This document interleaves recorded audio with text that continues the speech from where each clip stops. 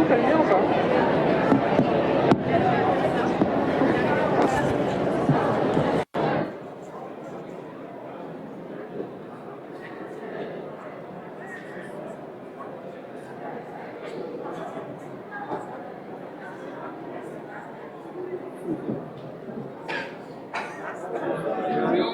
Ah, c'est des fois.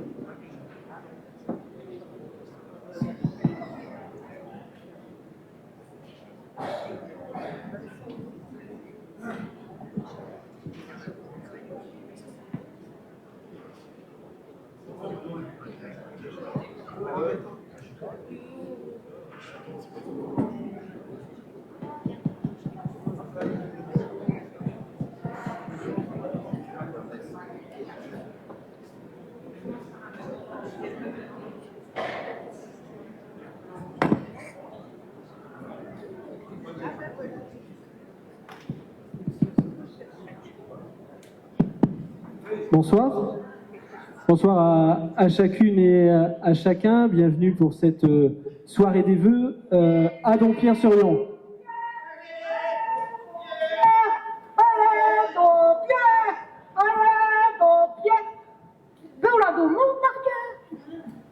Mais c'est bizarre, ils n'ont pas de maillot. Ils n'ont pas l'air trop sportifs non plus. Hein. Allez, regardons là, de cette place. On dirait qu'elle a été faite pour nous.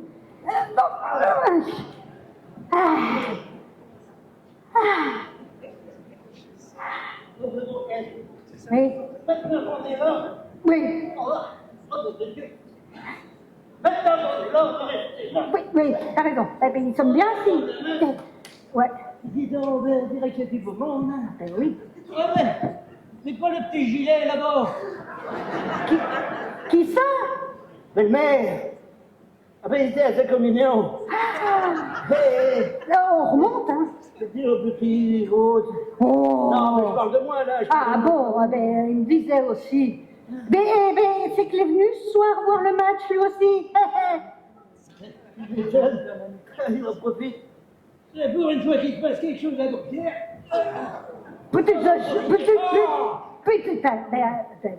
T'exagères quand même, parce que on l'a quand même baisé d'autres événements à Dompierre. Quand même, il se passe d'autres choses. Oui. Oui. Hein, regarde les commerces, par exemple. Il n'y a pas grand-chose en commerce, hein. Non. T'exagères quand même. En plus de la boulangerie, on a 3 établissements qui faisons bar ou restaurant, ou les deux. Hein? Ah ben, et puis il y a le COP aussi. Ben, pratique le COP. Hein. Mais tu te rappelles, le dimanche dernier, il a fait de la mojette. J'avais oublié l'ail. Puis t'es envoyé chercher au COP. Puis t'en as trouvé. Bon, je sais pas ce que t'as fait après parce que t'as mis du temps pour revenir. Hein. Quand t'es arrivé, la mojette était rimée. Et puis il y a les opticiennes qui viennent d'ouvrir aussi. D'opticiennes. Oh, C'est les autres opticiennes. hein? Non, mais toi, les oreilles, il va falloir te faire soigner. Hein. Ouais, mais avec ta vue basse, on serait peut-être temps que tu ailles les consulter aussi. Hein. Enfin, passons. Encore vu les opticiennes. Oui, ben, il va t'emmener les voir. Bon, et puis, il y a les nouveaux fleuristes aussi. Ben,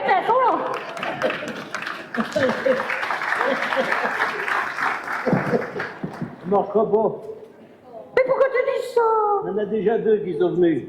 Ouais. Comment que c'est terminé? Hein? Ils ont fermé. Morcobo. Mais moi, il dit que cette fois, on va marcher. Ah bon? Puis tu sais pourquoi? Tu fais du marketing? Ouais, je fais du marketing. J'ai fait des études poussées, moi, monsieur. Il dit qu'on va marcher parce que tous les dimanches, en allant faire ton quintet, tu m'achèteras un bouquet de fleurs. Puis tu seras pas le seul à acheter des fleurs pour ton conjoint. Hein? Parce qu'un petit bouquet, on fait toujours plaisir, puis on fait marcher le commerce. Bon, ben, je crois qu'ils auraient mieux fait de fermer ma goule, hein. Peut-être bien. Bon, messieurs, je crois qu'on se retrouve chez le fleuriste bientôt, hein. Puis il faut pas oublier les marchés, le mercredi puis le dimanche. Mais n'en jette plus, hein. Bon, alors, quand c'est qui commence ce match? Ah, poudiou, voilà ma sciatique qui me reprend. Oh, mais tu vas pouvoir aller voir la nouvelle maison médicale. Hein? Pas faux. Bah, finalement, il s'est bien content d'avoir mal. Parce que comme ça, il va pouvoir aller visiter, puis voir comment que les foutus à l'intérieur. Parce que d'extérieur, moi, aime bien, hein. C'est joli, ça se voit dans le paysage. Oui. Aime bien. J'aime bien, moi aussi, j'aime bien, oui. Mais enfin, il paraît que il y a des réserves hein, dans le bâtiment, hein. Les architectes, les artisans. Parce que avant, bon, mais maintenant, maintenant, On est hautement philosophique, hein. c'est un argumentaire autant Ben, pas. toi, t'en as pas, plutôt, Icrobé, hein. Mais n'empêche que pour te soigner, Oui, ben, donc, Pierre, on a quand même ce qu'il faut. Parce que, il y avons deux médecins, oui, deux infirmières, oui. deux kinésithérapeutes. Oh, vous ne me direz pas, Ah ben tiens, moi, y arrive.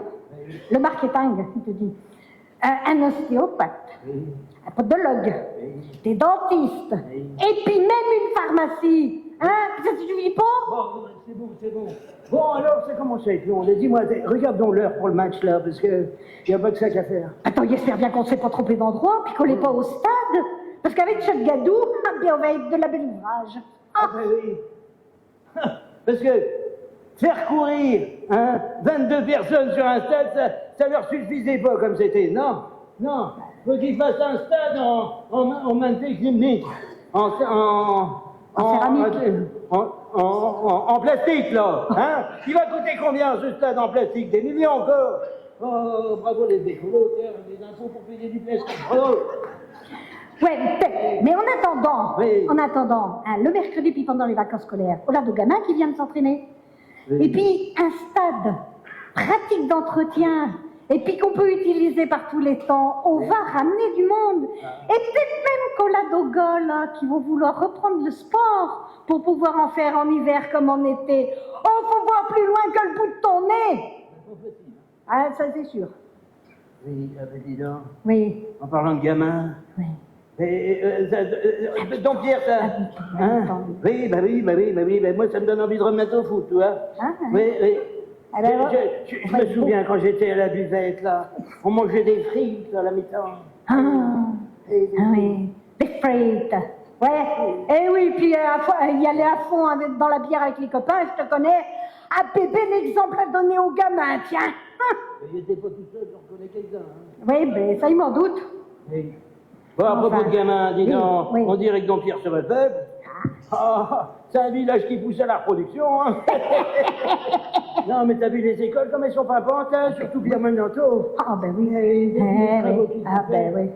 C'est pas s'il est fini, d'ailleurs. Je sais pas. Non. Oh, il croit bien que le maire nous fait des signes. C'est-il pas qu'il voudrait qu'on se taise?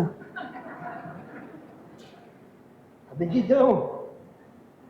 Ah ben toi tu fais comme ça, puis essaie. Moi ça fait 40 ans que j'essaie de faire ça goût. Hein? Il en marche pas. Bon, ben je crois qu'on s'est trompé. Allez. Bon, ben il y a loin. Allez tout le monde. Moi je sais pas quoi, je crois que je vais me présenter. Comme ça tu vas la fermer ta goût. Ben, en tout cas, il voterait pas pour toi. Allez tout le monde. C'est pas tout. 1, 2. Mesdames, Messieurs, Mireille Nicolas et Jacques Bisquet.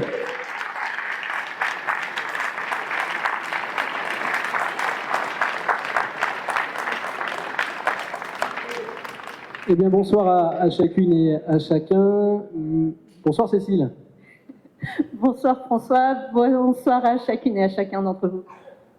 Madame la conseillère régionale, Madame la deuxième conseillère régionale de Dompierre-sur-Yon, chère Lucie, mon cher Luc Boire, président de la Roche-Agglomération et maire de la Roche-sur-Yon, Mesdames et Messieurs les élus du conseil municipal, Mesdames et Messieurs les élus du conseil municipal des enfants, chers conseillers sages, chers membres du conseil de transition écologique, Mesdames et Messieurs les chefs d'entreprise, Mesdames les présidentes et présidents d'associations, Mesdames les directrices des écoles de Dompierre-sur-Yon, chères Dompierroises, chers Dompierrois, bienvenue à cette soirée des vœux 2025. Et sans plus attendre, nous allons vous proposer pour cette soirée un bilan de l'action menée en 2024 par thématique et par grand champ de compétences de la collectivité. Et puis nous vous proposerons avec Cécile les perspectives 2025 avant de se retrouver autour d'un traditionnel verre de l'amitié et de partager quelques moments agréables ensemble. Voilà, très belle soirée à chacune et à chacun. Et puis, à tout à l'heure. On peut démarrer avec la commission Finances.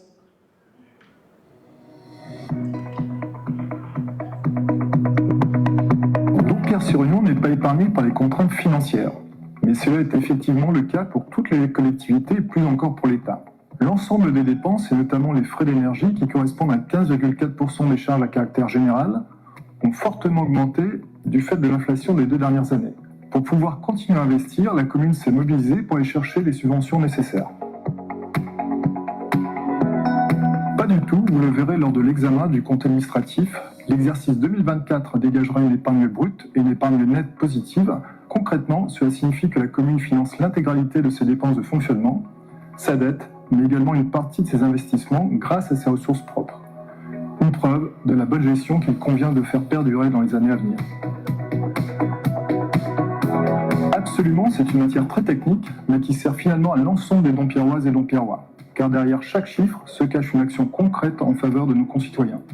1 euro dépensé, c'est 1 euro utile au service des Dompierroises et Dompierrois. Oui, un point sur la situation 2025 pour continuer ce que disait Benoît Vanderel, adjoint aux finances. Vous savez que le budget de l'État n'est pas encore voté, que ça provoque un certain nombre d'incertitudes pour les collectivités ou les EPCI en France, notamment sur l'accompagnement à l'investissement, même si plus récemment on a des éléments plus rassurants, mais tant que le budget de l'État ne sera pas voté et potentiellement ou non une censure du gouvernement, il convient de pouvoir préparer un budget 2025 pour la collectivité excessivement prudent. Peut-être Cécile pour donner quelques éléments de ce qu'est le budget 2024. Oui, alors en 2024, le budget était de... On va passer à la slide suivante. Voilà, merci. Le budget était de 7 millions d'euros donc au service de vous tous, Dompierroises et Dompierrois. Alors avec une répartition sur 100 euros pour vous donner un petit peu des ordres de grandeur. Donc 10 euros pour le remboursement des emprunts. 35 euros pour investir pour aujourd'hui et pour demain, évidemment, c'est toutes les dépenses d'investissement dans les équipements. 6 euros pour animer la commune, soutenir les associations et l'ensemble de leurs bénévoles. Et puis une petite moitié pour assurer le fonctionnement des services publics, c'est-à-dire tous les services en proximité. Quand vous venez en mairie pour l'état civil, l'urbanisme, c'est évidemment tout ce qui est entretien des espaces publics, espaces verts, espaces de voirie, bâtiments publics, et puis tous les services à destination de la petite enfance et de l'enfance, services périscolaires, et également les éléments de solidarité. Et puis un autre point important, c'est la structure et la gestion de la dette. On a l'habitude dans cette réunion annuelle à l'occasion des vœux de vous faire un point sur notre trajectoire de désendettement. Vous voyez l'impact de l'année 2024 jusque dans les années qui se présentent à nous. Il n'est pas prévu d'emprunt en 2025 pour que la collectivité puisse programmer de réinvestir en 2027 et 2029, puisqu'un certain nombre d'emprunts vont tomber suite à des investissements qui ont été faits dans les années milieu des années 2000 et puis à la fin des années 2010. Il y a quelques temps. Voilà, ça vous donne une trajectoire pour les années à venir de la structure de notre dette. On va passer à la partie dialogue citoyen et de comment la collectivité travaille avec vous toutes et tous, quels que soient les mandats que vous avez.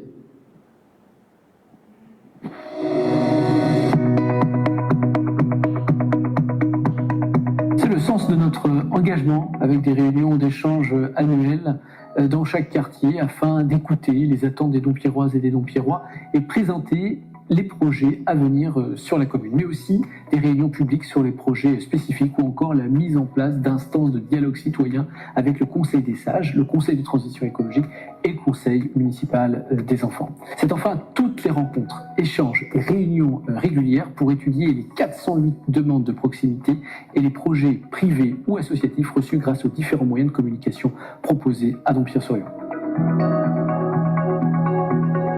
Oui, et cela est même une chance car le fait d'être ouvert au débat, d'être attentif aux remontées du terrain permet d'enrichir et d'adapter encore mieux l'action municipale aux attentes des Dompierroises et des Dompierrois.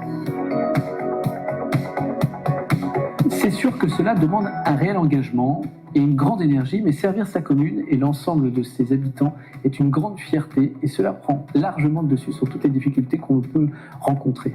Être maire, c'est 24 heures sur 24, 7 jours sur 7 et toute l'année. Mais ce n'est pas une contrainte pour moi, car j'aime tous les moments d'échange avec les Dompierroises et les Dompierrois. Et je prends quand même le temps de courir 2 à 3 fois par semaine, très tôt le matin.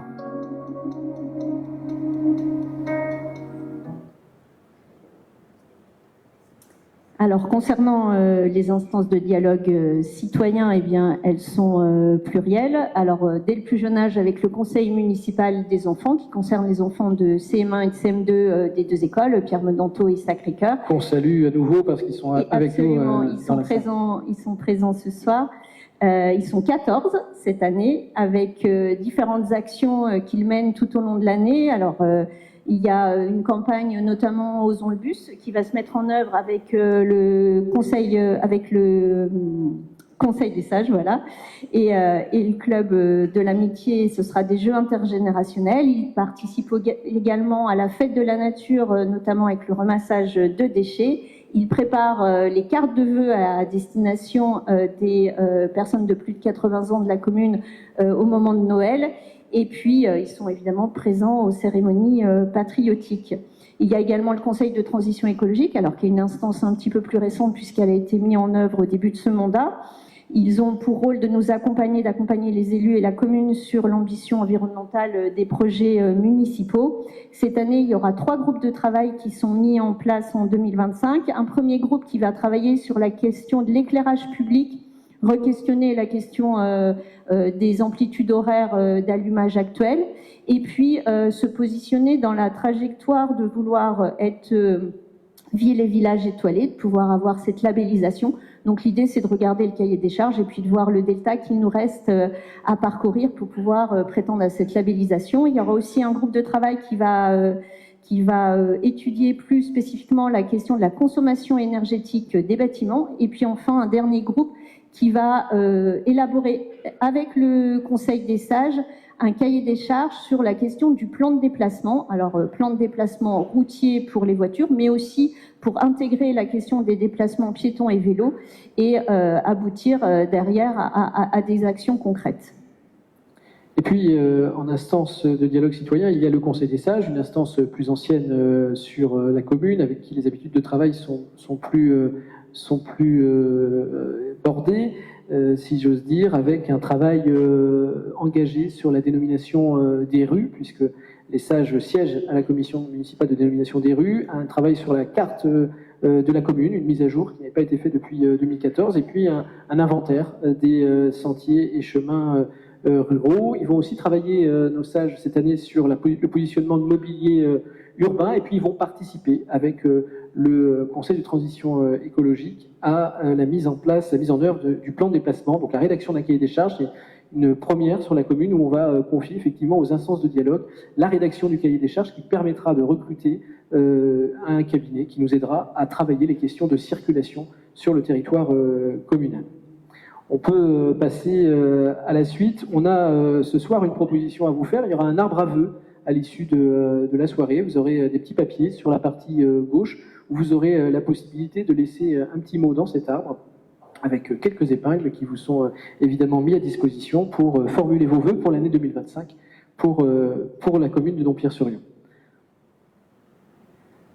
Alors, l'action municipale, elle se mène aussi à Dompierre-sur-Yon avec 88 bénévoles qui sont également engagés dans différents champs, que ce soit dans la distribution volontaire du Dompierre Info dans les quartiers et villages dompierrois, l'apprentissage du français aux 2 familles migrantes que nous accueillons, les 14 bénévoles de la distribution alimentaire, les 3 bénévoles qui accompagnent Michel Gérard dans la distribution annuelle des colis de Noël et puis pour les cadeaux anniversaire des 80 ans, des personnes âgées de 80 ans et plus, les subventions aux associations où il y a 2 habitants qui participent à la commission avec la commission municipale, 10 bénévoles, Edith et Emmanuel peuvent compter sur la participation de 10 bénévoles à la médiathèque municipale, 8 bénévoles pour Espation et la commune à l'aide aux devoirs, l'animation culturelle, Michael, 30 bénévoles qui t'accompagnent sur la préparation du festival et la fête de la musique et le marché de Noël, et puis les habitants volontaires pour la commission communale des impôts directs. Je propose qu'on les applaudisse, ces 88 bénévoles qui nous accompagnent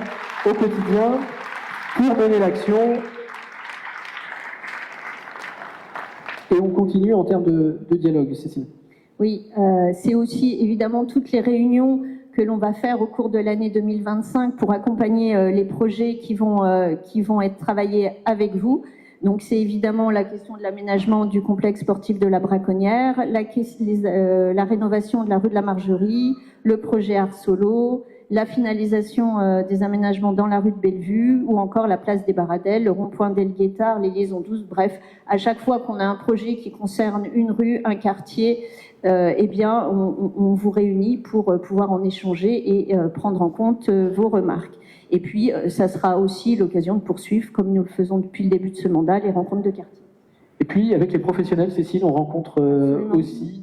Oui, on rencontre les professionnels. Alors, les agriculteurs et agricultrices de la commune, pendant l'hiver, à la période où ils ont un petit peu moins de travail, pour pouvoir échanger avec eux sur leur quotidien, sur leurs problématiques, sur l'entretien de l'espace rural. Et puis, on fait la même chose avec l'ensemble des chefs d'entreprise de la commune pour qu'ils puissent aussi nous parler de leurs projets, faire du lien entre eux. C'est important pour tout le monde. Et puis on arrive aussi à organiser l'accueil des nouveaux Dompierrois. Je crois qu'il y a une petite séquence vidéo qui va vous être présentée.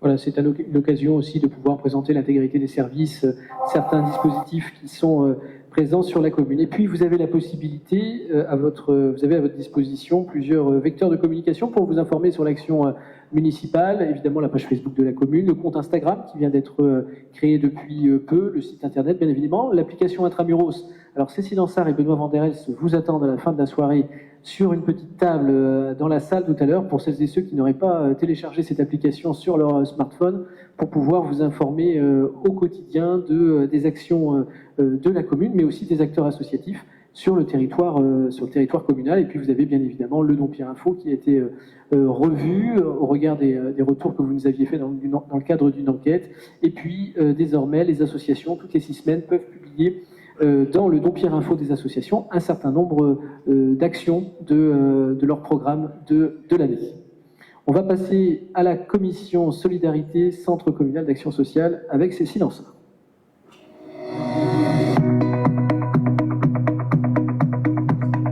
Le CCAS accompagne les Dompierroises et Dompierrois qui traversent des difficultés et crée du lien entre les générations. À Dompierre-sur-Yon, une attention particulière est portée à nos aînés au travers de visites annuelles, à l'occasion de Noël et des anniversaires ou par l'organisation du Forum Bien vivre sa retraite par exemple.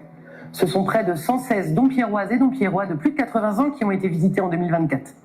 Une cellule de veille est mise en place lors des plans grand froid ou canicule avec des appels réguliers.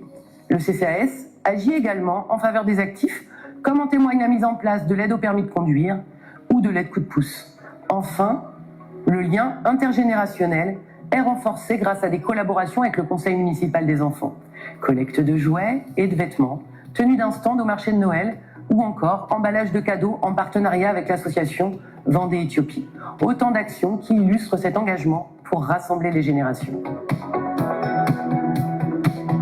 Absolument, d'ailleurs on y est dans les nouveaux locaux de la distribution alimentaire. Nous avons déménagé en novembre dernier. Désormais situés en plein cœur de bourg, les locaux permettent d'accueillir les bénéficiaires dans de bonnes conditions, tout en offrant aux bénévoles plus de confort et d'équipements pour organiser au mieux les distributions. Avec les bénévoles, nous avons accompagné environ 100 dompierroises et dompierrois en 2024. Ces nouveaux locaux vont aussi nous permettre de développer un nouveau service de type vestiboutique. Absolument. Notre mission est d'accompagner et soutenir les dompierroises et les dompierrois avec bienveillance. Pour nous permettre de mener l'ensemble de ces missions, nous pouvons heureusement compter sur de nombreux dompierroises et dompierrois engagés qui œuvrent bénévolement à nos côtés. Merci à eux. Merci aux bénévoles du CCAS, mais également à toutes celles et ceux engagés dans les associations dompierroises. Et Cécile, on va commencer avec un nouveau dispositif. Oui, un dispositif que Cécile a évoqué puisqu'il a été travaillé durant l'année 2024 avec le Conseil des sages et qui va être mis en place pour une première aide en 2025. Il s'agit du dispositif d'aide au permis de conduire, donc qui concerne les dompierroises et dompierrois de plus de 18 ans. Et la première personne qui sera aidée à travers ce dispositif, ça sera un jeune en intérim qui a besoin d'une voiture et donc forcément du permis pour aller travailler. Et puis Cécile, du coup.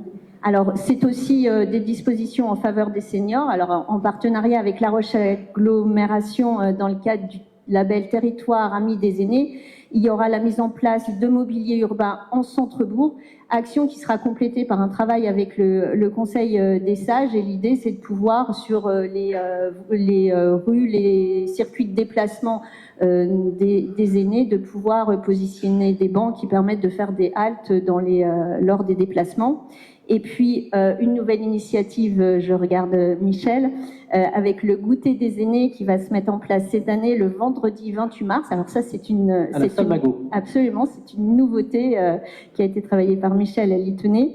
Et la création, François, d'un conseil consultatif d'accessibilité en vue d'élaborer un plan d'action. C'est vrai qu'on a une commune, question accessibilité compte tenu des vallées et de la topographie un peu particulière. Et il va être proposé à toutes celles et ceux, aux associations partenaires de la commune prioritairement, et puis à celles et ceux qui sont dans cette situation de handicap, de pouvoir collaborer, travailler avec la commune à élaborer les points noirs existants sur le territoire et de programmer un plan d'action pour essayer de résoudre, faire que notre commune soit la plus inclusive possible. Et puis, cette année, j'ai vu Francis Martineau qui est avec nous, le responsable du don d'organes, avec qui nous avons délibéré au conseil municipal au mois de décembre dernier, puisque la commune de Dompierre-sur-Yonne devient ville ambassadrice du don d'organes, et on va signer la charte, je regarde Michel Gérard également, et poser le panneau que vous voyez, qui nous a été remis à l'occasion le 27 avril prochain. On organisera d'ailleurs une réunion de sensibilisation ouverte à toutes et tous sur ce sujet important de société le mardi 14 octobre 2025. Et puis, nous allons poursuivre cette année le travail que nous menons avec les différents porteurs de projets qui s'intéressent à l'ancien bâtiment de l'EHPAD, avec prioritairement du logement pour les personnes âgées qui veulent se rapprocher du centre, qui veulent se rapprocher des services de transport. Et donc, nous allons poursuivre avec l'objectif de décider cette année l'avenir de ce bâtiment. Et puis, la livraison de la maison médicale est en partie faite. Effectivement, avec les paramédicaux qui sont entrés dans les locaux à la fin du mois de novembre et jusqu'à la fin du mois de décembre. Les médecins rentreront prochainement dès lors que les réserves seront posées sur le bâtiment. Et puis, nous poursuivons effectivement une recherche active pour un 5e médecin pour répondre aux 200 dompierroises et dompierrois déclarés auprès de la mairie qui indiquent ne pas avoir de médecin généraliste ou de médecin traitant. Sur le bâtiment de la maison médicale, on ne va pas se mentir, il reste des choses à corriger pour que les professionnels de santé soient le plus à l'aise possible et puissent accueillir les patients et leurs patientes, évidemment, de manière convenable, comme cela doit être. Mais nous sommes mobilisés avec Orion, évidemment, pour pouvoir résoudre ces problématiques liées à la conception du bâtiment.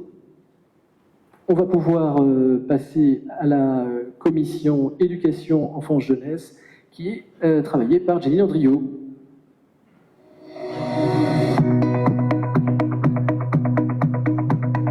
Pour la rentrée 2024, nous avons mis en place une politique tarifaire plus juste et plus équitable dans l'accès aux services périscolaires. L'idée était d'adapter les tarifs de l'accueil du matin, du soir et de la restauration scolaire en fonction non plus de tranches, mais de la réalité du revenu des familles. Cela permet de proposer un tarif adapté aux capacités financières de chacun. Ce dispositif innovant et unique dans le département a été travaillé avec les associations de parents d'élèves et les équipes pédagogiques.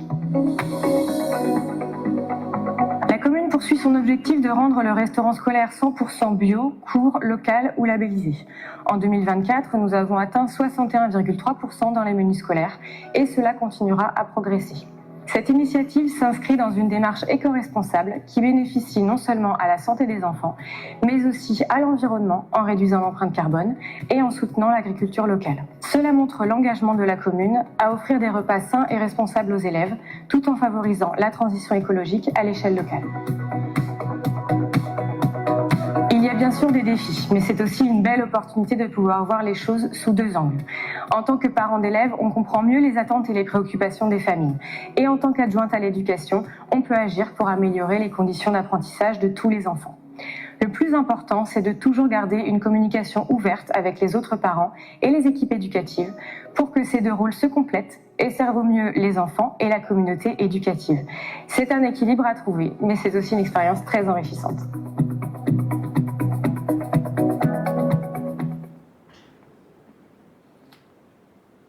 Et en 2025, on va enfin voir se terminer le chantier de rénovation de l'école Pierre Menanteau, un chantier qui nous aura occupé pendant près de 18 mois. Là, on est au stade des finitions. Le déménagement est prévu pendant les vacances de février. Je le rappelle, c'est un chantier pour un budget total d'1 700 000 € hors taxes.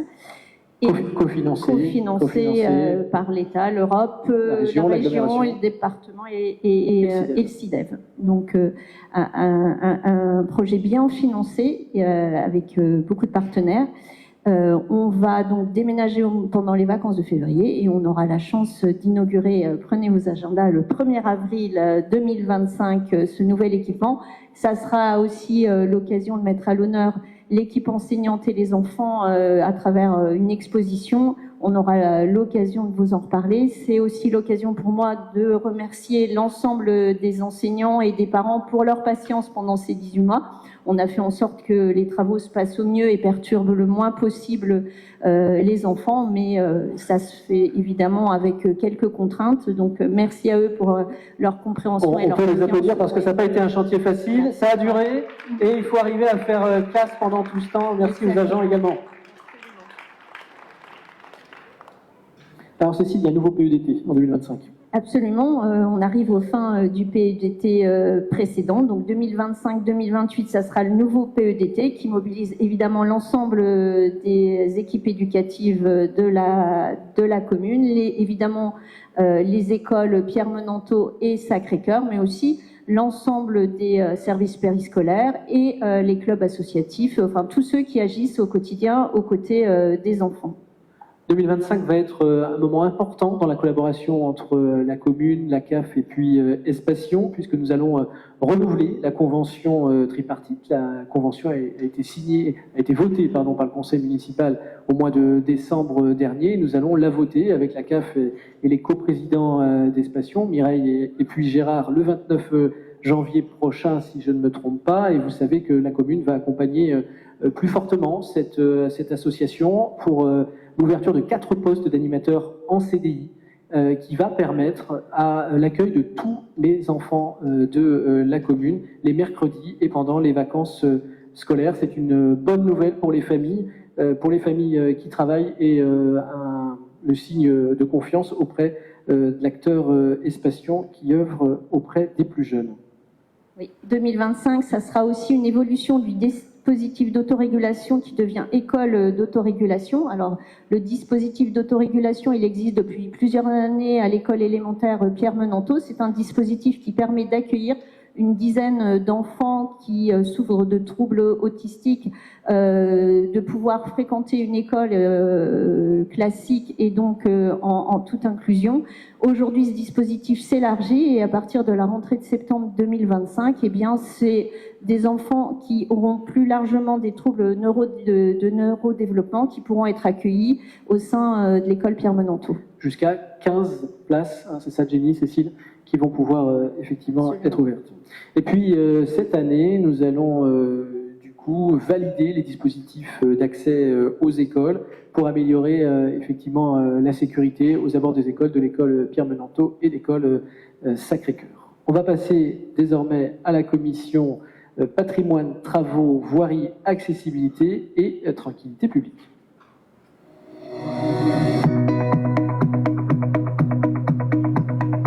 Je pense en premier à la rénovation de la chapelle Gileso-Trastour.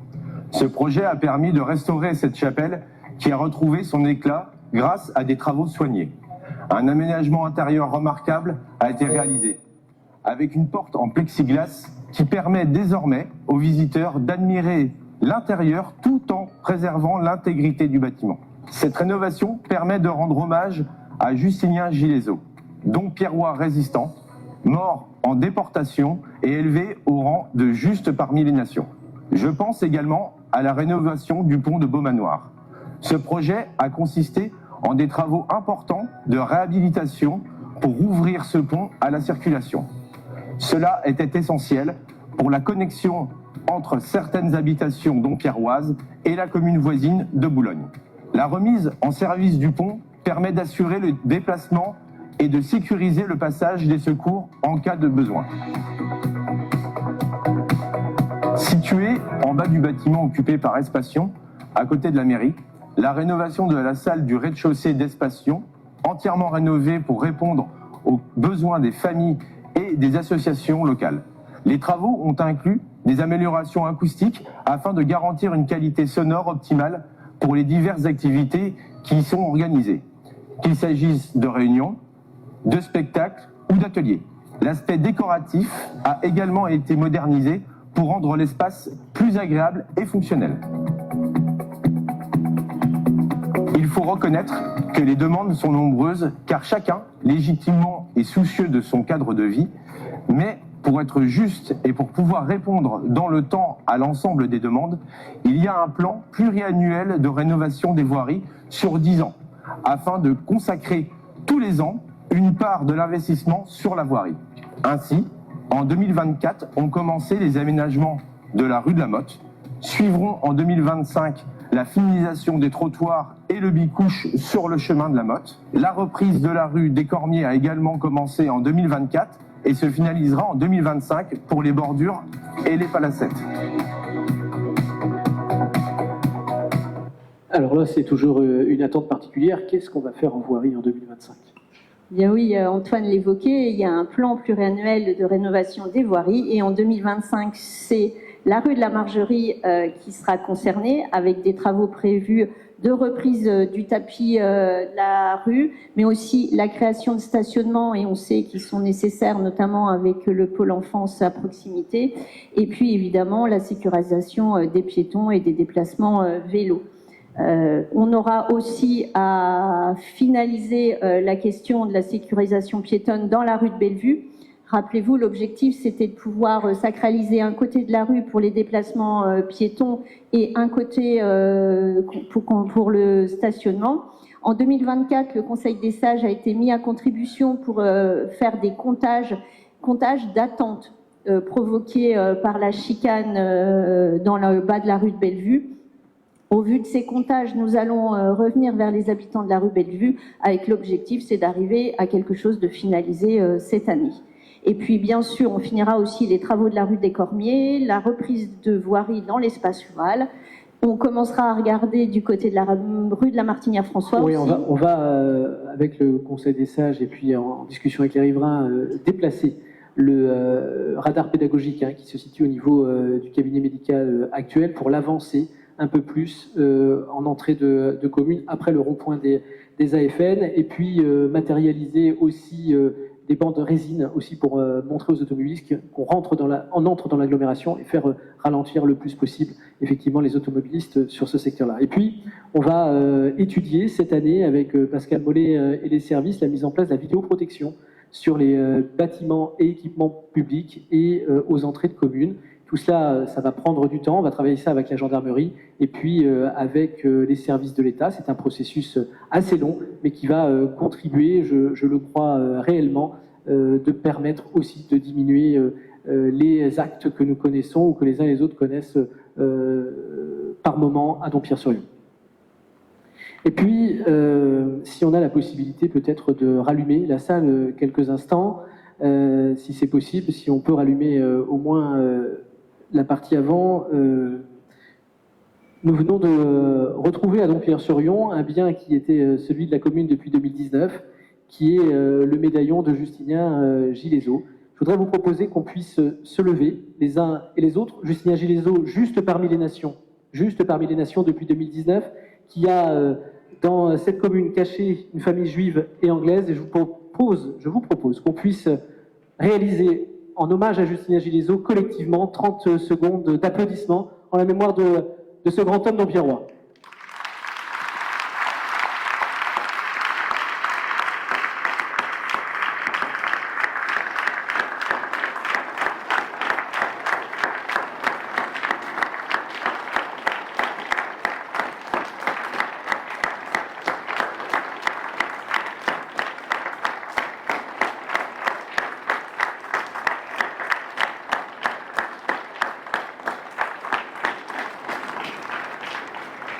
Merci à chacune et à chacun pour cet hommage. Et donc, cette œuvre va, comme le disait Antoine, revenir. On peut rééteindre la lumière, Philippe, merci. On va pouvoir effectivement admirer cette œuvre dans quelques jours, Monsieur Ménette, au sein de la chapelle Gileso-Trastour, qui a été léguée à la commune de Dompierre-sur-Yon par les ayants droit. Et c'est donc une restauration qui avait été travaillée par l'association Les Méandres et également Dompierre Patrimoine. Et puis cette année, avec l'association Dompierre Patrimoine et la commune, nous avons travaillé sur la restauration du lavoir de la Margerie. Et puis nous aurons à vous présenter aussi dans quelques temps le travail de l'architecte pour la rénovation des façades de la rue du Vieux-Bourg, qui se fera en plusieurs phases.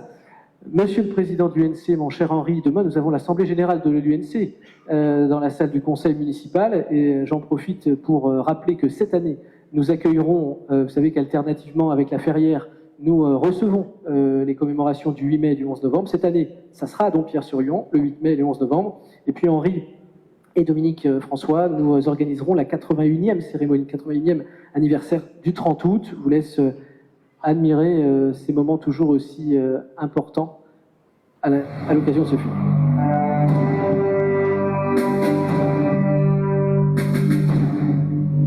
Ami, entends-tu le vol noir des corbeaux sur nos plaines? Ami, entends-tu les crissaux du pays qu'on enchaîne? Oui, partisans, ouvriers et paysans, c'est l'alarme. Et oui, toujours un moment d'émotion important, cette cérémonie du 30 août, d'autant que nous avons encore la chance d'avoir deux résistants de l'époque avec nous. Et puis, il va y avoir un travail important sur les améliorations des infrastructures communales, que sont donc la toiture de la salle Magot. Il va falloir qu'on la démousse, qu'on trouve problématique de fuite, également sur la salle du Moulin, où on va avoir une remise en état dans cette salle qui a un petit peu plus de 40 ans, les salles de tennis, pas perçu le président du tennis, je crois tout à l'heure, et puis au niveau du restaurant scolaire, où on a des choses à traiter, et puis Cécile, on va transférer le centre technique municipal cette année, en avril 2025. Oui, absolument, puisque le centre technique municipal va rejoindre la zone artisanale du Luneau dans les locaux actuels de l'entreprise Livcoli, qui, elle, va déménager sur la zone du séjour dans les locaux actuels de Mediapost. Donc avec ça, ça sera évidemment l'objectif d'offrir aux équipes techniques de la commune de bonnes conditions de travail. C'est vrai que là, on est arrivé au bout du site qui se trouve sur pas loin je vais y arriver, vers la Braconnière. Voilà, au Moulin de la Braconnière. Au Moulin de la Braconnière, c'est voilà, on en est à rajouter des modulaires pour permettre aussi l'accueil de nos agents féminins. Donc il nous faut améliorer tout ça et les locaux de Livcolis seront parfaitement adaptés pour accueillir nos services techniques. Alors, avant de passer à la commission suivante, je vous propose d'accueillir le président de La Roche Agglomération, Luc Boire, pour une intervention que nous avions prévue. Luc, si tu veux bien nous rejoindre.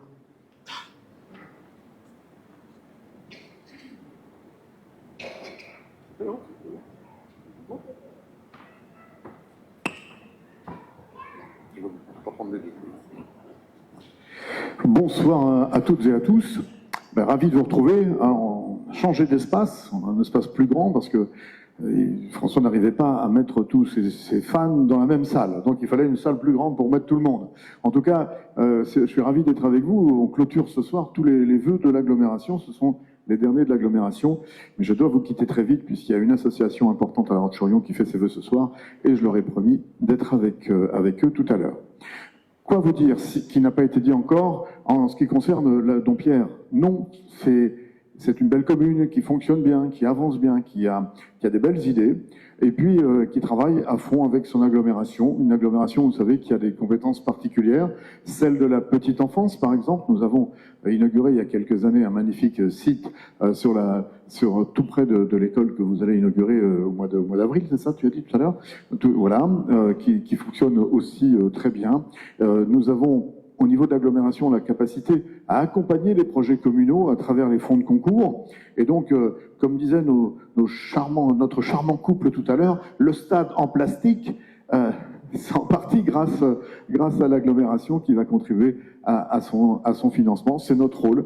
Nous avons décidé il y a longtemps déjà d'accompagner les communes dans leur développement parce que tout simplement on est plus fort lorsqu'on est plusieurs et cette agglomération a cette capacité à aider ces communes. Nous sommes près de 100 000 habitants, nous sommes 100 000 habitants sur l'agglomération.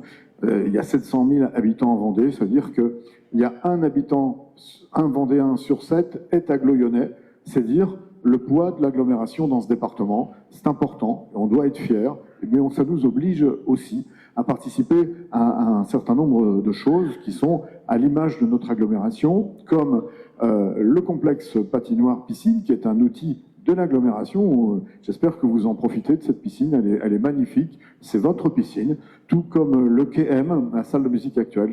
J'espère que vous y êtes allés. C'est un vrai succès. Alors il y a un souci pour y aller, c'est que comme c'est toujours à guichet fermé, vous avez intérêt à vous préparer à l'avance, voir les spectacles qui vous intéressent et à réserver, parce que sinon c'est assez compliqué pour y aller. Non, on n'en fera pas une autre. Mais celle-ci, en tout cas, c'est la vôtre, profitez-en.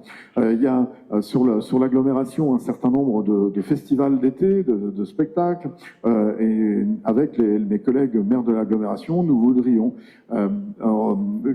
organiser la communication de tout cela autour d'un festival qui est itinérant dans chacune des communes, respectant l'identité de chacune des communes, que ce soit Dompierre, au Clouseau, à Facessy pour Mouilleron et d'autres encore. Donc nous travaillons d'arrache-pied là-dessus. L'année dernière, je vous parlais dans chacun des vœux des déchets. C'était un sujet compliqué. Et puis le début d'année est arrivé et nous avons pu constater ensemble que ça a été un sujet compliqué. En fait, nous avons voulu changer la même année le prestataire, les circuits, le rythme de collecte et le type même de collecte. Ça a fait beaucoup, ce qui nous a créé quelques soucis dans les premiers mois. Aujourd'hui, les choses se sont calées, ça va beaucoup mieux, en tout cas je l'espère, et je l'espère aussi sincèrement pour vous. Un dernier sujet sur les déchets, vous avez pu lire peut-être dans la presse ou entendre à la radio, nous allons barriérer les déchetteries de l'agglomération.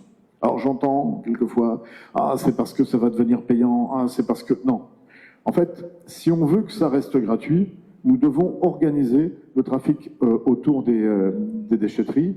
Pourquoi? Tout simplement parce que ces déchetteries, les déchetteries d'agglomération, Sainte-Anne pour vous qui est la plus proche, eh bien, elles sont payées, elles sont réalisées par l'agglomération, par les habitants de l'agglomération. Or, comme La Roche-sur-Yon attire énormément de salariés et de travailleurs sur la ville et sur l'agglomération, beaucoup viennent d'autres collectivités et déposent leurs déchets qui sont traités par vous, donc par vos impôts. Et donc, ça, c'est pas tout à fait juste. Et donc, nous avons décidé d'organiser cette collecte, ces dépôts, avec un barriérage. Vous allez recevoir, dans l'année qui vient, alors ça dépend, parce qu'on va faire ça sur 2 ans, cette année ou l'année prochaine, un badge, chacun un badge, et vous pourrez vous en servir autant de fois que vous le souhaitez pour pouvoir aller déposer vos déchets gratuitement. Mais c'est simplement parce qu'on organise ces dépôts que c'est gratuit et que ça peut rester gratuit. Je compte sur vous pour l'utiliser. Je voudrais juste dire merci François pour toute la collaboration, l'aide que tu apportes au sein du bureau et du conseil de l'agglomération. On fait un travail assez important, assez prenant, mais ça fait partie, il disait tout à l'heure que ça prend un peu de temps d'être maire, mais c'est vrai, et ça fait partie de ses obligations et de son fonctionnement, tout comme Cécile qui participe à elle au conseil. Merci à vous deux, merci à vous toutes et à vous tous. Je voudrais terminer par vous souhaiter une très belle année 2025. Je vous souhaite d'avoir un tas de rêves, un tas d'envies et de pouvoir les réaliser. Bonne année 2025 à vous. Merci Luc.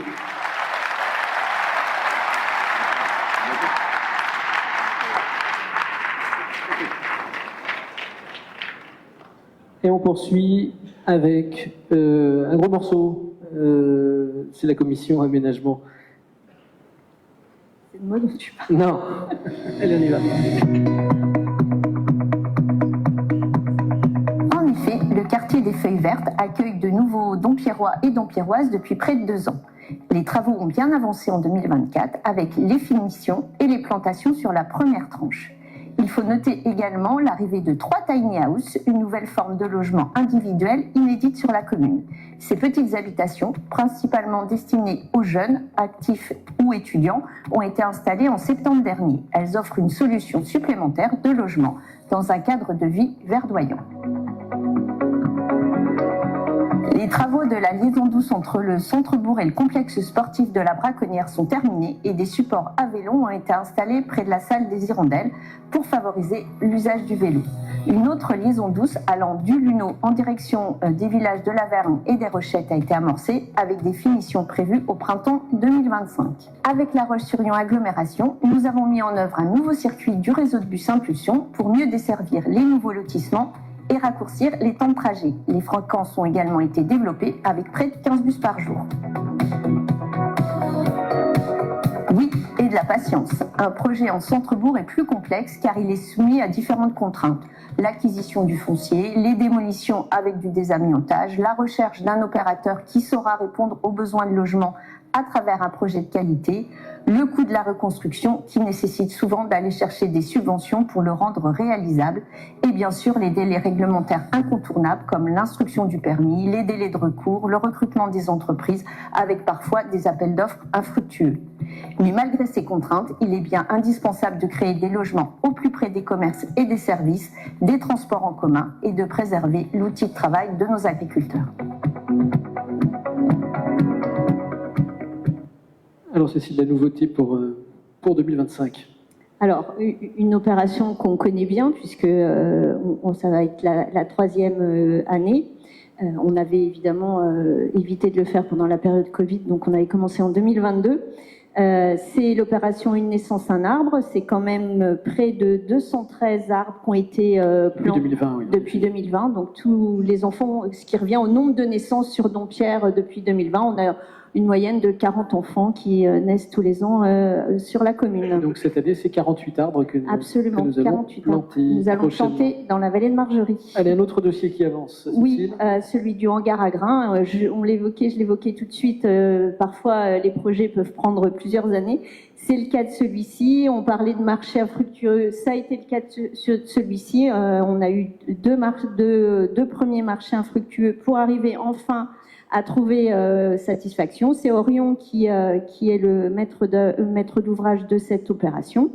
Démarrage des travaux en février 2025, livraison fin 2026, avec la création de 8 logements, 4 dans le bâtiment du hangar à grains et 4 nouveaux logements en fond de la parcelle. Un projet accompagné par le Fonds vert de l'État, par le gouvernement, à hauteur de 135 000 euros pour travailler sur le renouvellement urbain. Un autre projet qui avance, c'est les projets à l'arrière de la place du Prieuré. 12 logements, 6 T3 et 6 T2 plus une cellule commerciale qui est destinée à la coiffeuse aux couleurs au naturel, Alexandra Blanchard.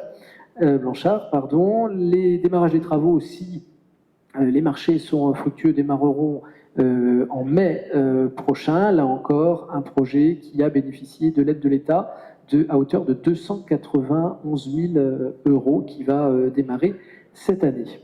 Et puis, un autre dossier dont on va reparler, c'est le projet de logement en centre-bourg sur le secteur dit Arcelo-Raffin. Vous savez, sur un secteur d'environ 7 000 m², c'est le groupe Duré qui va construire sur ce secteur-là. Les acquisitions ont été faites depuis assez longtemps sur le territoire communal. 3 municipalités se sont succédées, 2007, 2019 et 2022 depuis. Et c'est à destination donc de 45 logements privés et d'une cellule commerciale d'un minimum de 400 m² pour potentiellement un commerce alimentaire. Prochaine étape, c'est la démolition de ce secteur-là, la maison Raffin et le secteur Arcelo, courant de l'été 2025. Vous avez à la fois sur la partie droite l'emprise foncière de ce secteur-là et sur la partie du bas les visuels qui ont été travaillés par Duré. Je rappelle que la destination de ce secteur-là, à savoir du logement et du commerce, est prévue à cet endroit-là dans le plan local d'urbanisme depuis 2013. Cécile, peut-être un autre dossier important, c'est l'accueil des nouveaux habitants sur le secteur des Feuilles Vertes. Oui, à côté des opérations de renouvellement urbain, on a aussi le quartier des Feuilles Vertes, quartier écologique et bas carbone. La première tranche est terminée. On a jusqu'à présent 24 habitations, dont les 3 tiny house. Peut-être d'ailleurs pour un petit clin d'œil, il y avait TF1 qui était sur la commune la semaine dernière et peut-être que certains d'entre vous ont pu voir le reportage qui a été diffusé absolument le week-end dernier et d'ailleurs reconnaître peut-être la fleuriste de la commune puisqu'elle loge dans l'une de Jade qui était à l'honneur dans ce petit reportage. On va entamer la deuxième tranche avec 20 nouveaux lots libres à la commercialisation. On sera toujours avec une tarification adaptée. C'est important, on le sait, avec la fin du prêt à taux zéro, avec l'augmentation des coûts de crédit, avec aussi l'inflation qui entraîne une augmentation des coûts de la construction. Eh bien, pour certains, l'accession à la propriété ne devenait plus possible. On a donc voulu avoir une action forte en direction de ces familles, avec des terrains à partir de 23 000 euros et une grille que vous pouvez voir. Donc pour une personne seule, c'est les plafonds 2023 de ressources de 21 878 euros pour y avoir droit. Ou par exemple, une famille avec 2 enfants, c'est 42 417 euros. Voilà, c'est une action pour permettre à chacun de pouvoir accéder à la propriété sur ce quartier des Feuilles Vertes. Notre responsabilité, Cécile, c'est aussi de préparer la commune de demain et on s'intéresse depuis quelques mois maintenant aux 2 entrées de bourg que sont le secteur de la Prévoisière et du Moulin de la Braconnière, et notamment avec le départ du CTM dans les locaux de l'IFCOLI. Oui, tout à fait. Et pour cela, pour préparer l'avenir, on est accompagné par l'établissement public foncier, qui est un établissement qui est sous la double tutelle de l'État et du département et qui a pour mission justement d'accompagner les collectivités sur la production de logements. Alors 2 entrées de bourg qui ont des problématiques un petit peu différentes. Sur le Moulin de la Braconnière, on a un secteur où il y a à la fois des entreprises et des habitations au milieu des entreprises au milieu des habitations. Alors je le dis tout de suite, on veut chasser personne. Non. Par contre, il faut faire l'étude. Voilà, l'idée c'est de pouvoir d'abord voir avec l'ensemble des entreprises, celles qui souhaitent rester sur ce secteur-là et celles qui par leur souhait d'évolution, pourraient avoir le désir d'être localisés sur une autre zone. Une fois qu'on aura cet état des lieux, eh bien, on pourra dessiner les futurs plans d'aménagement de ce secteur-là pour y ramener de l'habitat, mais en veillant à ce que la cohabitation entre les entreprises et l'habitat se fasse de manière qualitative et qu'on puisse prendre aussi en compte la question du déplacement et notamment des mobilités douces, puisqu'on est quand même à proximité du complexe sportif de la Braconnière, des étangs de Malvoisine. Donc on voit bien qu'en termes de déplacement, il y a aussi des besoins. Sur l'autre entrée, la zone de la Prévoisière, les enjeux sont un peu différents. Là, ils sont plus environnementaux. Le logement est déjà prévu dans le cadre du PLU actuel de la commune, mais on sait que avec la présence de Lyon, on a visiblement, en tout cas, il y a un risque qu'il y ait des zones humides plus ou moins importantes, et l'idée c'est de pouvoir faire un diagnostic environnemental pour pouvoir mesurer l'impact plus ou moins important de ces zones humides et de pouvoir en tenir compte dans le futur plan d'aménagement. Ça paraît plus prudent avant d'engager trop de moyens financiers de la commune. Je disais absolument. Ah oui, j'avais pas entendu. Alors ensuite, en matière de développement économique, vous savez, Dompierre-sur-Yon est une force importante avec l'ensemble de ces commerçants du centre, ces marchands, ces artisans dans les zones, que ce soit au Luneau, que ce soit au Séjour, que ce soit au Moulin de la Braconnière, et puis au Jardin des Affaires, et puis sur le secteur de l'Héraudière. Alors, il y a dans la zone artisanale, la dernière entreprise, une entreprise de confection, va démarrer prochainement ses travaux à côté de Florian Borgé. Dans la zone économique du Séjour, il y a un garage poids lourd qui est déjà en activité. Il y a une cellule village artisanal qui va aussi qui se prépare. Le déménagement d'Yves Colli dans les locaux de Mediapost, on en parlait tout à l'heure. Et puis des extensions d'entreprises qui sont prévues. Le Roi Logistique, c'est en cours. VFE, Aérolique Service, Dubreuil, ADEC Ouest également. Et puis il reste des nouveaux lots disponibles avec une surface adaptable au Jardin des Affaires, derrière Jean-Louis, les terrains du potager destinés à des artisans. Et en tout cas, elles sont prêtes à accueillir des artisans dompierrois ou non. Et d'ailleurs, je voudrais en profiter pour saluer 3 artisans qui sont partis en retraite en 2024. Alain Girard de chez Chabot Girard, Laurent Brécheteau de chez Brécheteau des Feux, et également Yannick Charrier de Masson. Je propose qu'on les applaudisse très fort parce qu'ils sont importants, nos commerçants et nos artisans, dans le service qu'ils nous rendent au quotidien. Je salue les collègues qui font ce métier également. Et puis, on poursuit cette présentation avec Cécile de Plan de Mobilité Douce, qui est engagée déjà depuis plusieurs années, le complexe sportif de la Braconnière, également ici nous venons de démarrer la liaison douce qui va vers la Vergne-les-Rochettes. Je sais qu'elle était attendue, je sais qu'elle est déjà utilisée, même si elle n'est pas terminée. Le revêtement se fera, Cécile, Oui, le revêtement se fera comme on l'avait fait vers le complexe sportif de la Braconnière au printemps, puisque c'est un revêtement qui demande des conditions climatiques plus favorables que l'hiver. Voilà, et puis on a en programmation en 2025 la deuxième tranche, c'est-à-dire grosso modo du rond-point jusqu'à la dernière maison de la commune, et puis vers la Guerrière, et tout ça c'est quand même sous réserve de ce qu'on a dit au tout début, de l'obtention des subventions, notamment de la DETR, de la part de l'État. Les plantations ont été faites, on les aperçoit ici. Je vous propose qu'on passe à la commission suivante concernant la partie espace rural, espace public, et donc l'adjoint au maire Pascal Mollet qui préside ces travaux.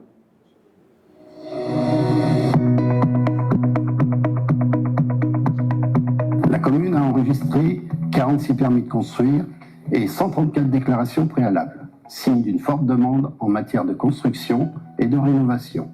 Ce dynamisme témoigne de l'attrait de la commune, qui continue d'attirer des projets résidentiels et commerciaux, y compris en cette période complexe. Pour autant, nous sommes soucieux d'un développement maîtrisé, avec un équilibre entre l'urbanisation et la préservation du cadre de vie. D'ailleurs, la commune a reçu du conseil départemental le prix d'encouragement pour les villes et villages fleuris. L'ensemble des domaines d'intervention font l'objet de plans de gestion pluriannuels, que ce soit pour l'élagage, le curage ou encore le pointe-à-temps. En 2024, des travaux d'élagage urbain ont été réalisés afin de maintenir la sécurité des voies publiques et en garantissant une meilleure visibilité pour les usagers, comme par exemple la rue des Acacias, impasse des Bougainvillers ou encore rue des Fontaines. Le curage des fossés a également été effectué pour assurer une gestion efficace des eaux pluviales, prévenir les risques d'inondation et maintenir un bon état des infrastructures comme au village du Mélier. Par ailleurs, un programme de réparation des voiries en Pointe-à-Temps a été mis en place sur des secteurs spécifiques jugés prioritaires. De plus, la commune a veillé à rénover et maintenir en bon état les chemins ruraux en réalisant des opérations régulières à gage. J'habite la commune depuis 32 ans et j'ai toujours parcouru la commune, donc pas de souci pour l'orientation. C'est une vraie chance d'avoir tous ces villages, ces lieux-dits et leurs cœurs. Ces espaces ruraux de qualité à préserver et qui font de Dompierre une commune agréable. Allez, on poursuit sur le programme 2025 en matière d'espaces ruraux et d'espaces publics. Oui, avec un nouveau secteur d'éco-pâturage qui, lui, sera permanent. Dans la vallée de Margerie, on a des secteurs qui sont mobiles. Les moutons viennent et repartent au gré du travail et quand ils ont fini de manger le secteur. Là, ça sera permanent, ça sera dans le quartier de la Motte, donc entre la rue des Peupliers, la rue des Chênes et la rue des Châtaigniers. 9000 m². Absolument, cet espace est immense. On a pu présenter le projet lors de la réunion de quartier en 2024. Et les travaux vont se mettre en œuvre, notamment de clôture en 2025. On va faire un atelier participatif pour le mettre en œuvre et ça sera la même chose pour installer un petit enclos pour ces moutons puisqu'ils seront là à l'année. On fera appel on va proposer aux riverains. Exactement, aux riverains et à tout bénévole qui ont envie de venir donner un coup de main sur ce projet. Et puis évidemment, on va regarder aussi sur d'autres secteurs car on sait qu'il y a des habitants qui sont en attente d'avoir ce type d'aménagement à côté de chez eux. Donc, il y aura des moutons à suivre dans d'autres quartiers. Un autre projet qui va faire l'objet de concertation avec l'association des échanges internationaux, Cécile. Oui, avec les riverains du secteur. Il s'agit du rond-point d'El-Guettard. On est la commune de Dompierre-sur-Yon. On a une convention de partenariat avec la commune d'El-Guettard en Tunisie. Et parmi les petits clins d'œil qu'on souhaitait chacun dans nos communes, il y aura à El-Guettard un rond-point qui sera aménagé qui s'appelle Dompierre-sur-Yon. On a un rond-point El-Guettard et l'idée, c'est qu'à travers sa végétalisation, ça nous renvoie aussi vers la Tunisie et qu'on y trouve des espèces végétales qui sont compatibles avec nos latitudes, mais que l'on retrouve aussi là-bas. Je salue sa présidente, Monique Reynaud, qui est avec nous ce soir. Alors c'est vrai que l'association des échanges internationaux et ses membres sont éminemment frustrés depuis quelque temps, puisque vous savez sans peut-être que la nouvelle gouvernance en Tunisie a dissous l'ensemble des conseils municipaux depuis environ 18 mois et qu'il n'y a pas de date à ce jour d'élection municipale programmée. Et donc ça rend difficile les échanges de manière institutionnelle. Et puis on va poursuivre sur effectivement le patrimoine rural avec un travail qui est engagé et qui va se poursuivre sur le balisage des chemins ruraux avec Espation et puis l'ensemble des associations utilisatrices des chemins ruraux sur notre commune. Il y a eu la nouvelle carte créée par le Conseil des sages. Bernard Fubolo, notamment, travaille ça avec Jean-Yves Montassier et puis d'autres membres de la commission, bien évidemment. Excusez-moi, j'oublie peut-être les noms. Et puis, il y a une mise à jour des sentiers ruraux qui est également fait. Et puis, il y a un plan d'élagage annuel, Pascal en parlait dans la vidéo, avec soit un prestataire qui est partagé avec l'agglomération, soit des choses qui sont faites en régie. Je salue d'ailleurs notre apprenti Dompierrois qui est dans la salle et qui, je crois, veut faire de l'élagage son métier plus tard.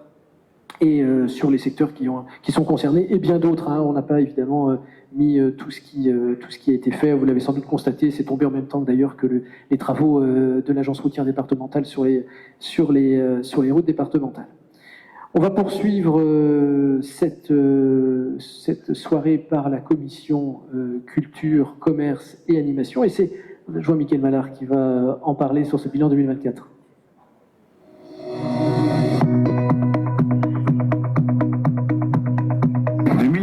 C'est une année positive pour le commerce dompierrois, et notamment pour la vitalité du centre-bourg. En effet, le marché du mercredi et du dimanche poursuit son développement et trouve son public avec un fromager, un boucher, un charcutier, un vendeur d'huîtres, un fleuriste, un traiteur et un confiturier.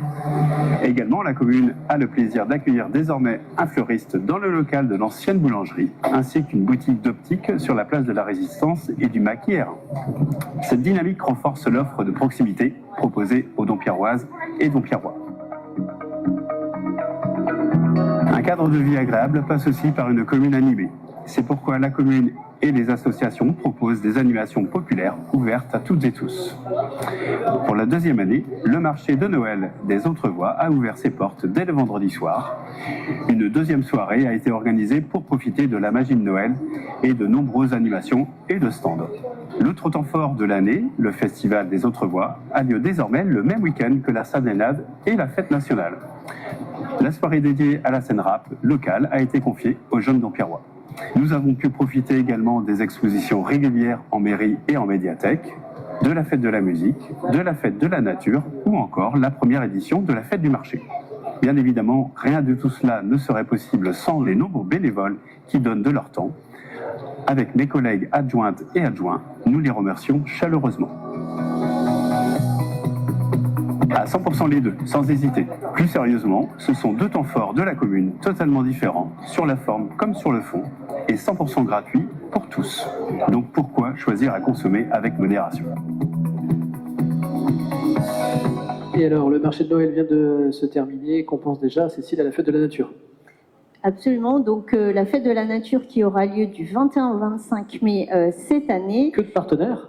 Mais oui, ça sera la 3e édition, en effet, de manière pluripartenariale avec, alors je vais les lire parce que je voudrais surtout pas en oublier, évidemment les écoles Pierre Menanteau et Sacré-Cœur, l'association Un Coquelicot entre les dents, l'association de chasse, l'association de compostage de Margerie, l'association Dompierroise de pêche, l'association Georges Durand-Beautour, le centre socio-culturel Espacion, la bibliothèque départementale de la Vendée, le centre astronomique vendéen, en espérant que cette année on aura pas un ciel couvert comme l'année dernière, le conseil municipal des enfants, la LPO, Impulsion, et évidemment tous les habitants volontaires. Bref, beaucoup de monde qui travaille pour vous concocter un beau programme, et d'ailleurs on se voit la semaine prochaine pour avancer sur le programme 2025. Et puis la date de fête de la musique, Mickaël, elle est déjà calée, c'est ça ? Et oui, ça sera le 20 juin, c'est toujours le vendredi qui précède la date officielle, donc cette année, ça sera le 20 juin 2025. Et puis, on a aussi toute une série de programmes qui vous sont présentés là, le Festival des Autrevoix et puis la Sardinade avec l'association de pêche que je salue, 11 et 12 juillet prochain, marché de Noël le week-end du 6 et 7 décembre, des expositions, en ce moment vous pouvez admirer les expositions de Michel Pelé jusqu'à la fin du mois, et ensuite on aura les Gribouillards en février et en mars, les animations à la médiathèque suivies par Edith notamment, et puis la deuxième édition, probablement deuxième édition du marché, le dimanche 18 mai, en partenariat avec les marchands et les commerçants et les artisans du centre. On peut peut-être regarder la petite vidéo qui donne rétrospective de tout ça.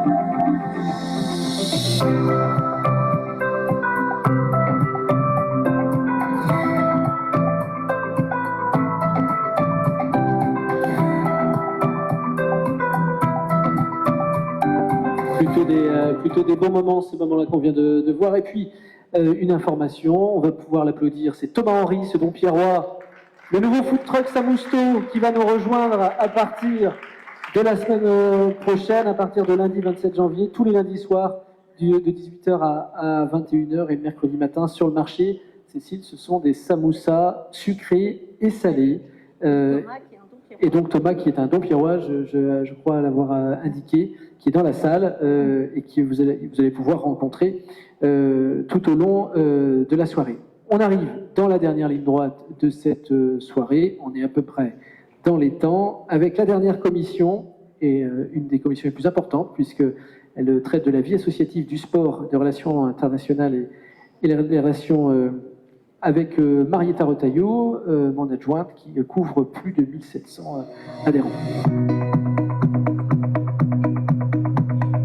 Oui, sans hésiter. 2024 restera d'ailleurs comme une année historique à Dompierre-sur-Yon. Tout d'abord, la commune s'est associée au comité olympique pour organiser des animations et participer ainsi à la grande fête qu'ont été les Jeux olympiques et paralympiques en France. Ensuite, comment ne pas mentionner les plus de 1800 licenciés de nos associations sportives dompierroises, adultes et jeunes confondus. Enfin, cette année marque le démarrage du projet du réaménagement du complexe sportif de la Braconnière avec la construction du terrain synthétique préparé avec le club de football, ce qui sera également le cas pour la construction de leurs nouveaux locaux. Le dynamisme associatif contribue à la qualité de vie et à l'animation de notre commune.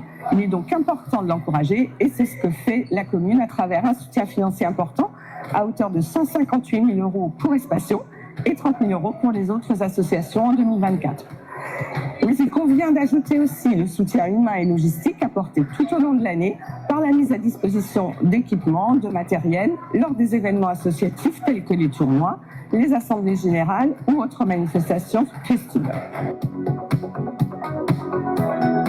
Cela demande surtout de la disponibilité au quotidien pour répondre et assurer le suivi des différentes sollicitations, bien évidemment en lien avec les agents municipaux, surtout lorsque l'on pense qu'à Dompierre, ce ne sont pas moins de 39 associations qui agissent dans des domaines d'activité très variés, le sport, la culture, le loisir et le patrimoine.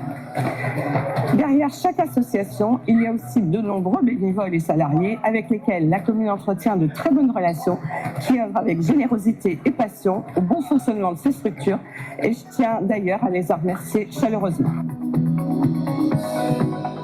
Alors Cécile, un dossier qui va nous occuper jusqu'à à peu près le printemps et l'été, c'est celui du complexe sportif et notamment du terrain synthétique. Ben oui, Jacques et Mireille l'évoquaient, et là je me rends compte qu'on a encore peut-être un petit peu d'explications à donner sur la qualité environnementale de notre projet. Donc un terrain synthétique qui était la première étape de réaménagement de ce complexe sportif de la Braconnière. Les travaux ont commencé en septembre, fin août, début septembre 2024. L'essentiel a été fait avant l'hiver. On a pu bénéficier d'une fenêtre de tir climatique qui nous a permis de bien avancer, ce qui fait que là, on termine tout ce qui est à bord, la question des mâts d'éclairage, et puis on va pouvoir, dès que le temps sera un petit peu plus clément, on l'espère dès le mois de mars, pouvoir poser la sous-couche, puis la moquette par-dessus pour une livraison. Si tout va bien en début mai, si le temps est un peu moins clément, peut-être que ça sera fin mai, mais en tout cas au printemps, cette première étape sera terminée. Donc pour mémoire, un coût de projet à 1 130 000 € hors taxe, 56% de subvention, soit un peu plus de 634 000 €. C'est une première étape. Et il y en a d'autres? Absolument. Si on peut passer à la slide suivante, voilà. Et on va continuer évidemment ensuite. On va recruter durant ce premier trimestre l'architecte qui va nous accompagner pour la construction des vestiaires, du foot, des bureaux, clubhouse, avec pour objectif de commencer les travaux dans le meilleur des cas en fin d'année, sinon début 2026 au plus tard. Et puis suivront ensuite le réaménagement et le repositionnement des terrains de tennis extérieurs, puisqu'ils sont impactés par par la mise en terrain synthétique du terrain B. Il a été un peu redressé pour pouvoir s'éloigner de la haie, et ce qui a du coup nous a amené à supprimer un des 2 cours extérieurs. Donc on va les repositionner à l'arrière. Et puis on va aussi ramener tout le stationnement du même côté, donc au sud du complexe sportif. Et on va doubler la capacité de parking, mais on sera vigilant sur les questions d'imperméabilisation puisqu'on sera sur un parking végétalisé. Et puis, il y a, Marita le rappelait, en 2025, ce qui va se poursuivre, c'est évidemment le soutien aux acteurs associatifs et à leurs bénévoles, que ce soit en termes financiers, que ce soit en termes logistiques, et puis en termes de communication sur l'ensemble de l'action de la commune de manière générale. Et puis, notre responsabilité, c'est aussi de préparer l'avenir en matière d'équipement sportif. Le travail va s'entamer avec l'ASLD, un petit clin d'œil à Laura Brossard, qui vient d'être maman pour une 3e fois il y a quelques jours et qui nous regarde sans doute en Facebook Live ce soir. On va travailler le 28 janvier prochain avec le programmiste à l'avenir de la rénovation et de l'agrandissement des locaux de la SLD, et puis un projet innovant dont on va commencer à travailler les fondements juridiques et le modèle économique avec la pétanque pour un équipement privé à destination des personnes en situation de handicap pour la pratique de la pétanque notamment. Peut-être qu'on peut voir une rétrospective d'une course importante qui en 2024 a fêté ses 10 ans, messieurs, dames de Dompierre Course Aventure.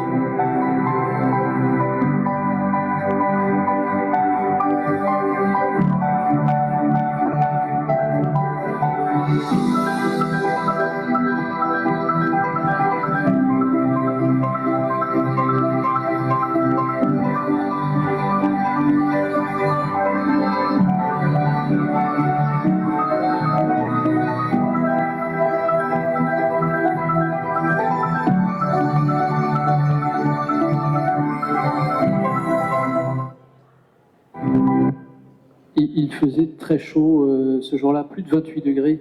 La course est partie à 18h30. Et puis, avant de terminer cette cérémonie, un événement populaire sportif le samedi 11 octobre 2025. Je vous propose que nous puissions regarder pendant quelques minutes un film.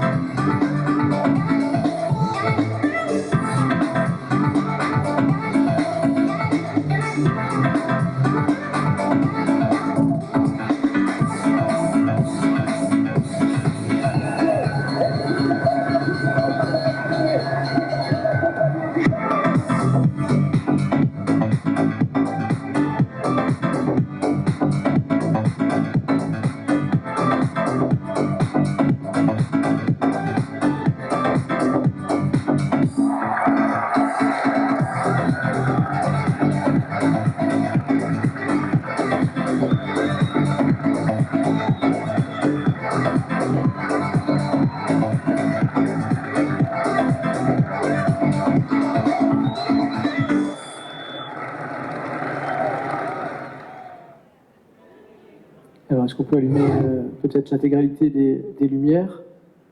Je crois que c'était le Tour de Vendée qui vient d'être présenté. Je vais proposer au président du Vélosport Dompierrois, Jacques Cadou, de bien vouloir me rejoindre. J'excuse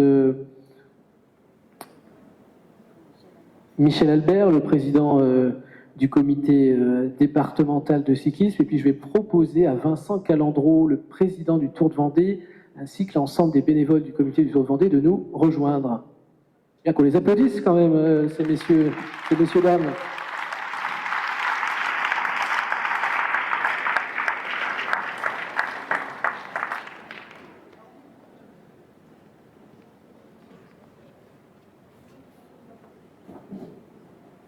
Vas-y, vas-y.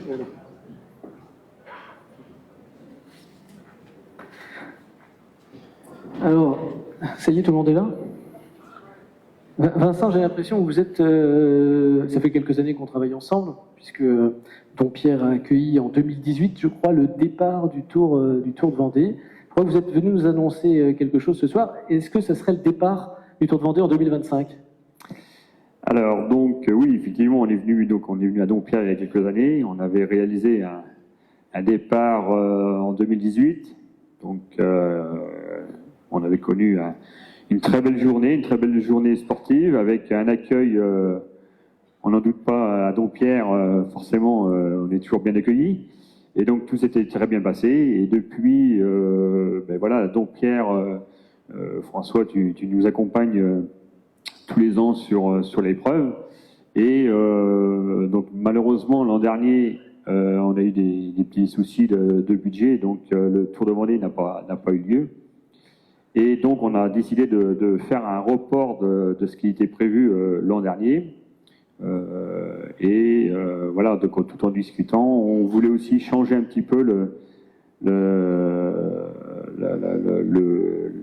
la physionomie du Tour de Vendée qu'on essaie depuis quelques années.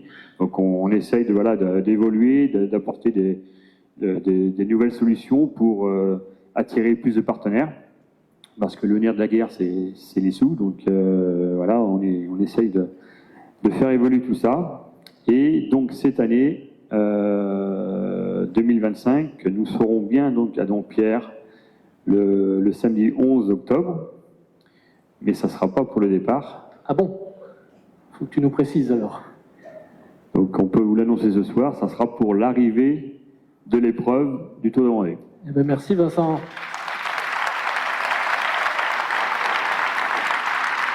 On va vivre un super moment de sport et de vélo à Dompierre-sur-Yonne. C'est vrai que quand il y a quelques mois, vous êtes venu nous rencontrer avec Cécile et puis avec Patrick Couteau, quand vous nous avez dit, écoute François, on voudrait que la prochaine arrivée du Tour de Vendée se réalise à Dompierre-sur-Yonne, on s'est dit, oulala, comment on va faire? En plus, ça coûte cher tout ça.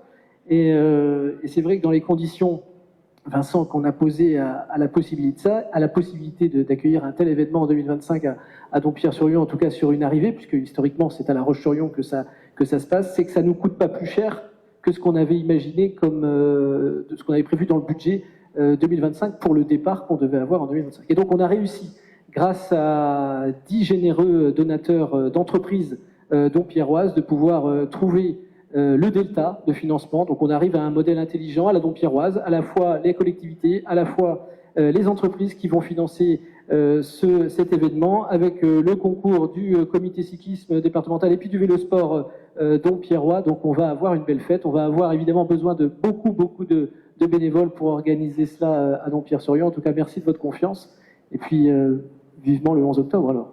De toute façon, on ne doute pas, avec les images qu'on a vues tout à l'heure, on voit bien qu'à Dompierre, il y a un dynamisme, que tout le monde est partant pour organiser et faire la fête. Donc, on n'en doute pas que ce Tour de Vendée 2025 se passe très très bien et rendez-vous donc le samedi 11 octobre. Merci Vincent, merci au comité. On peut les applaudir encore une fois.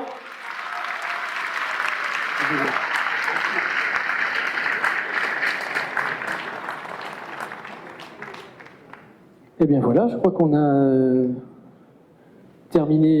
terminer cette présentation. Avant de remercier un certain nombre de personnes, quand les lumières vont se rallumer, vous invitera à nous donner un coup de main pour ramasser et empiler les chaises. Je vous invite quand même à faire extrêmement attention, même si les services municipaux ont essayé de faire avec le plus grand soin la pose de la moquette. Il y a parfois quelques, on va dire, des faux plis. Donc faites attention à ne pas trébucher.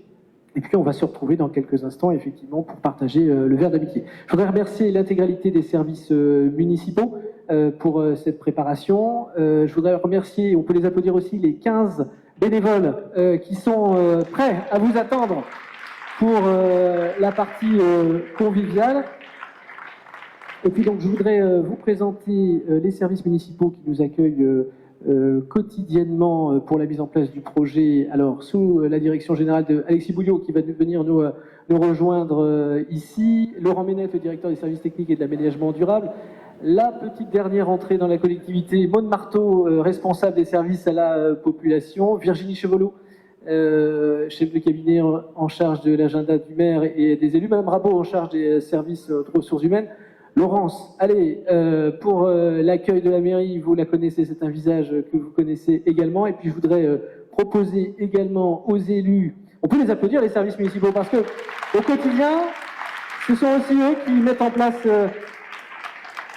et qui répondent à vos services. Et puis je vais proposer aux élus du conseil municipal de bien vouloir nous rejoindre. Gérard Bourriot, puisque je l'aperçois, Anne-Laure, vous pouvez nous rejoindre également. Gérard Bourriot, Anne-Laure Coumaillot, Pierre Bézot, Annie Morvan, Max Aubin, Céline Aubin, Michael Mallard, Cécile Dreur, Cécile Ansart, Antoine Gallois, Marietta Retailleau, Pascal Mollet, Jenny Landriot, Benoît Van der Elst, Edith Togo, Étienne Nolo qui est dans le fond de la salle qui va nous rejoindre, Catherine Noury, Patrick Couteau, Michel Gérard, Alexis Martineau, Maud Gallo, Olivier Courret, Claire Guilloux, Julien Benoît, Éléonore Gallois, Nicolas Denis.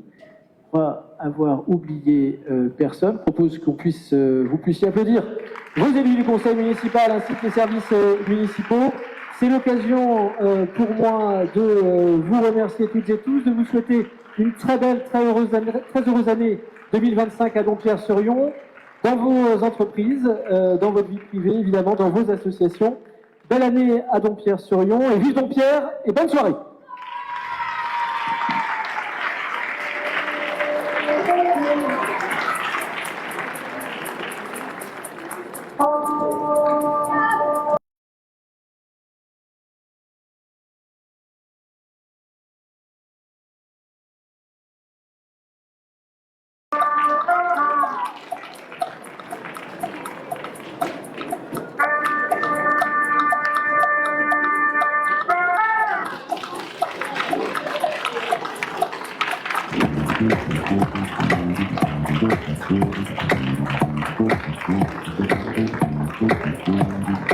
Et Michel Gérard et Catherine Noury.